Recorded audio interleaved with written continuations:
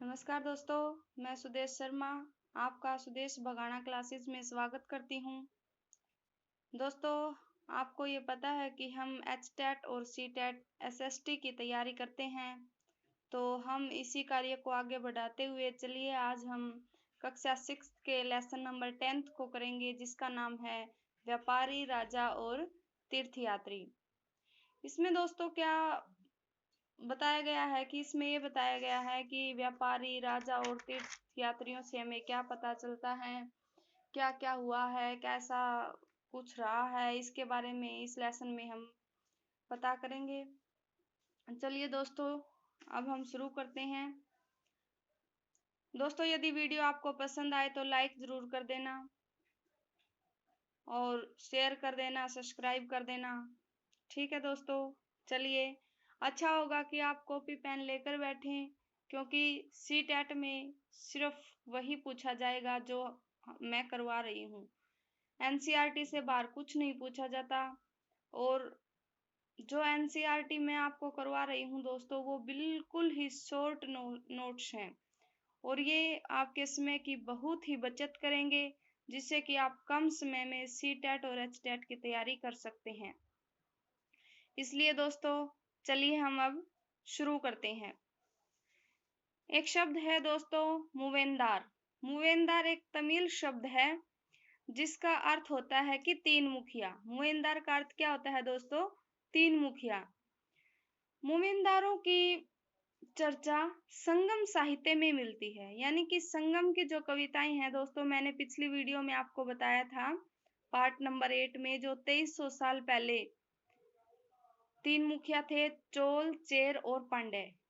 ये 2300 साल पहले दक्षिण भारत में बहुत ही शक्तिशाली माने जाते थे, और इन मुखियाओं के दो सत्ता केंद्र थे, यानी कि इन तीनों मुखियाओं के दो दो सत्ता केंद्र थे, और कुल मिलाकर हो गए 6। और इन 6 में से दोस्तों दो बहुत ही इंपॉर्टेंट थे। वो थे चोलों का तो पतन था पुहार, यानी कि पतन क्या होता है? जहाँ पर सामान का आयात निर्यात किया जाता है। तो चोल राजवंश का था ना, वो था पुहार या कावेरी पट्टनम, जिसको कावेरी पट्टनम बोलेंगे। और दूसरा था दोस्तों, पांडवों की राजधानी थी मदुरई। तो ये दोस्तों 6 केंद्रों में से 2 केंद्र बहुत ही इंपॉर्टेंट थे। वो थे चोलों का पतन पुहार या फिर कावेरी पट्टनम, और दूसरा था पांडवों की राजधानी मदुरई। ये लोग मुखिया लोगों से नियमित कर की बजाय उपहार लेते थे, यानी कि ये जो मूवेंदार हैं, मूवेंदार के बारे में चर्चा की गई है, ये करों की अपेक्षा लोगों से क्या लेते थे? उपहार लेते थे। 200 वर्षों के बाद पश्चिम भारत में सातवाहन नामक राजवंश का प्रभाव बढ़ गया, यानी कि 2300 साल पहले थे चोल, चेर और पांड्य। फिर उसके बाद कौन से आ गए? 200 वर्ष के बाद सातवाहन नामक राजवंश का प्रभाव बढ़ गया। इसका प्रमुख राजा था गौतमी पुत्र सातकर्णी, यानी कि गौतमी के पुत्र का क्या नाम था? सातकर्णी। और जिसका पता हमें कहाँ से लगता है? गौतमी तथा बलश्री के एक अभिलेख से पता चलता है दोस्तों, कि जो ये सातवाहन नामक राजवंश था, इसका सबसे प्रमुख राजा कौन था? गौतमी पुत्र श्री सातकर्णी। और इसका पता हमें कहाँ से लगता है? गौतमी बलश्री के अभिलेख से पता चलता है। दोस्तों, ये बहुत ही इम्पोर्टेंट बात है जो अब मैं बता रही हूँ, कि सभी सातवाहन शासकों को दक्षिणापथ यानी कि दक्षिण पथ के स्वामी कहे जाते थे, यानी कि दक्षिण का जो रास्ता है उसके स्वामी किसे कहा जाता था? सातवाहन शासक को। ये बहुत ही विशाल शासक थे। दोस्तों, दक्षिण भारत में सोना, मसाले, खास तौर पर काली मिर्च तथा कीमती पत्थरों के लिए प्रसिद्ध था। दक्षिण भारत किस किस के लिए प्रसिद्ध था दोस्तों? सोना, मसाले, काली मिर्च तथा कीमती पत्थरों के लिए प्रसिद्ध था। अब हम चर्चा करेंगे रेशम मार्ग। रेशम का एक कीड़ा होता है दोस्तों, जो कि जिससे कच्चा रेशम निकालकर रेशम तैयार किया जाता है। दोस्तों, रेशम बनाने का आविष्कार सबसे पहले चीन ने किया था। किसने किया था दोस्तों? चीन ने। लेकिन चीन ने ये राज बहुत दिनों तक छिपाए रखा था। फिर बाद में इस राज का पता चल गया था और फिर पूरी दुनिया में रेशम फैल गया। चीन रेशम बनाता था और फिर जिस मार्ग से रेशम को दूर दूर ले जाया जाता था उस मार्ग को ही रेशम मार्ग कहते थे। यानी कि चाइना में रेशम बनाया जाता और फिर उससे निर्यात किया जाने लगा, यानी कि व्यापार होने लगा और उसी मार्ग को फिर रेशम मार्ग कहा जाने लगा। ठीक है दोस्तों। और सिल्क रूट पर नियंत्रण रखने वाले शासकों में सबसे प्रसिद्ध कुषाण थे। जो कुषाण शासक थे ना, वो सिल्क रूट पर अपना नियंत्रण रखते थे। लगभग 2000 वर्ष पूर्व मध्य एशिया तथा पश्चिम उत्तर भारत पर इनका शासन था।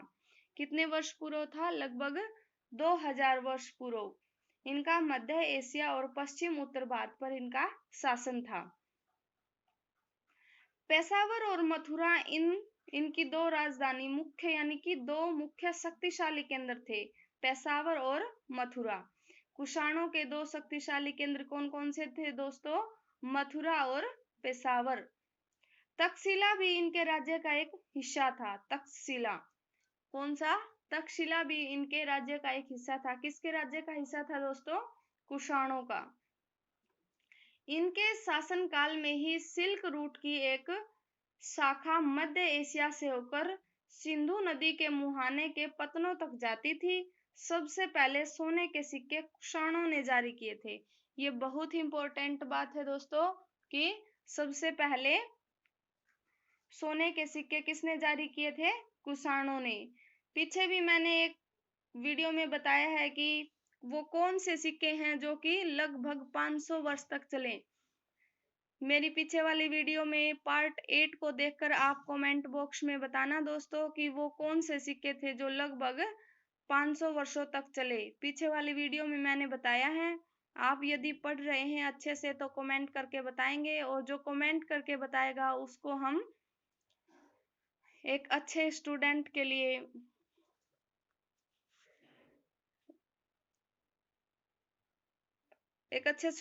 लिए उसको हम अपने लिस्ट में चयनित करेंगे। ठीक है दोस्तों। फिर इसके बाद आता है कि बौद्ध धर्म का प्रसार। ये आप याद रखना कि कुषाणों ने सबसे पहले सोने के सिक्के जारी किए थे। फिर कुषाणों का सबसे प्रसिद्ध राजा कनिष्क था। कौन सा राजा था? कनिष्क।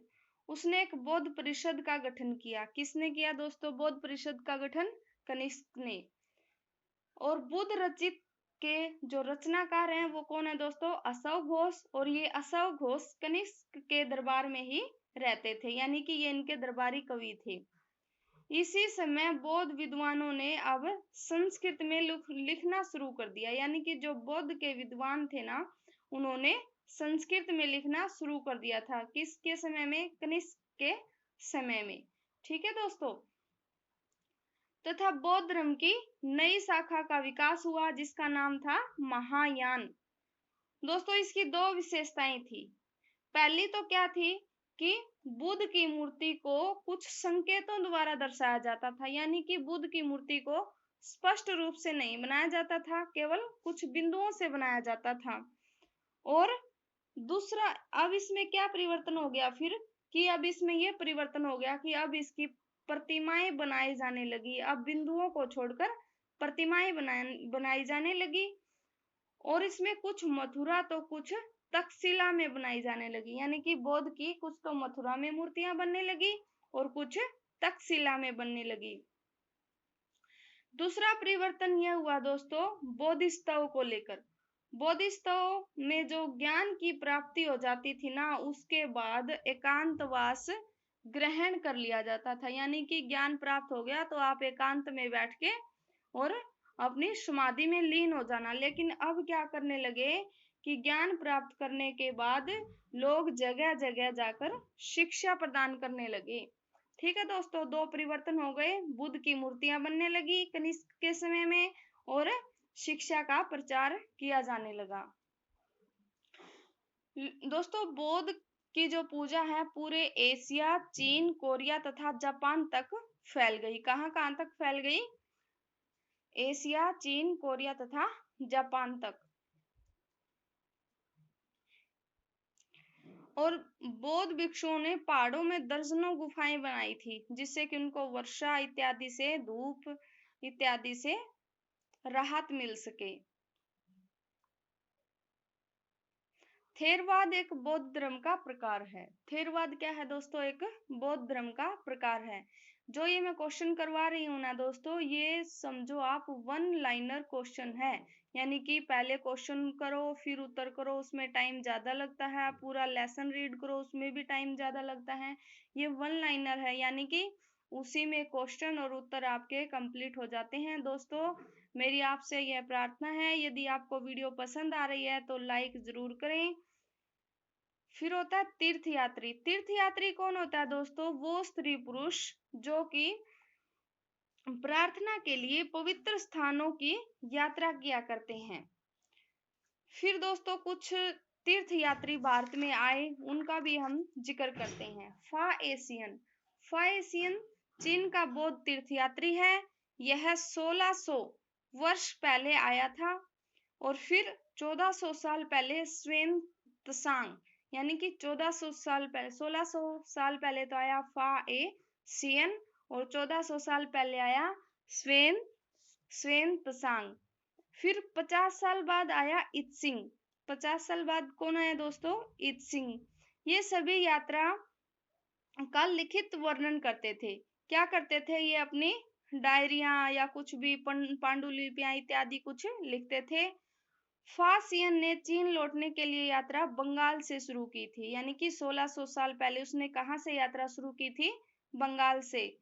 जावा पहुंचने में 90 दिन लगे और फिर वहां पर वह 5 महीने के लिए रुका और फिर बाद में चीन गया। स्वेन त्सांग भूमार्ग से चीन लौटा था और ये समुद्री मार्ग से। फासियन समुद्री मार्ग से लौटा था और स्वेन त्सांग भूमार्ग से लौटा था। इसने है ना सोने, चांदी, चंदन, लकड़ी की बनी बुद्ध की मूर्तियां तथा 600 से भी ज्यादा पांडुलिपियां अपने साथ ले ली थी और जिनको 20 घोड़ों पर लाद कर ले गया था। 50 पांडुलिपियां तो इसकी खो गई। कहाँ खो गई? जब वह सिंधु नदी को पार कर रहा था और इसकी नाव पलट गई थी। बाकी उसने पांडुलिपियों को संस्कृत से चीनी अनुवाद किया और अपनी पूरी जिंदगी इसी में व्यतीत कर दी। एक नालंदा विश्वविद्यालय है दोस्तों, ये है बिहार में। शिक्षा का मुख्य केंद्र था उस समय पर यह है, जिसका वर्णन स्वेन त्सांग ने किया है, नालंदा विश्वविद्यालय का। फिर फासियन ने अछूतों की दशा के विषय में भी लिखा है। किसने लिखा है? फासियन ने अछूतों की दशा के विषय में भी लिखा है। ठीक है दोस्तों, ये आज आप कर लेना और वीडियो आपको पसंद आई तो लाइक जरूर करना। और मैं हर रोज ऐसे ही वीडियो डालती रहूंगी, आप सिर्फ लाइक, शेयर और सब्सक्राइब करते रहना। और सीटेट का सिलेबस मैं आपका कंप्लीट करवाऊंगी, ये इसकी आप चिंता न करें। सभी चिंताओं को छोड़कर आप स्टडी करें बस। Thank you so very much.